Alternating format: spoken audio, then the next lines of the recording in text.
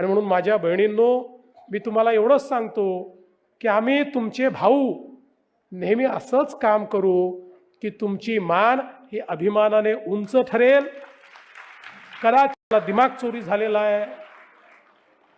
माझी विनंती आहे माझ्या सगळ्या लाडक्या बहिणींना, 25% यांच्याही करता आशीर्वाद मागा की यांना सुबुद्धी येवो, यांच्या डोक्यामध्ये थोडी अक्कल येवो.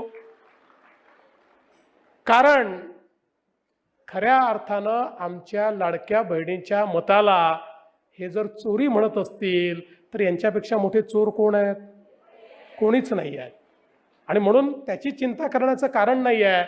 आता हे कालपर्यंत परदेशात जाऊन भारताची बदनामी करत होते, आता बिहारमध्ये जाऊन महाराष्ट्राची बदनामी करतायत.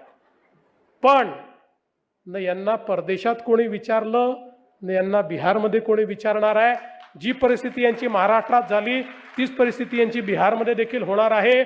कारण मोदीजींसारखा नेता जो देशाचा विचार करतो, जो आत्मनिर्भर भारताचा विचार करतो, त्याच्या पाठीशी संपूर्ण देशातली मातृशक्ती ही उभी आहे.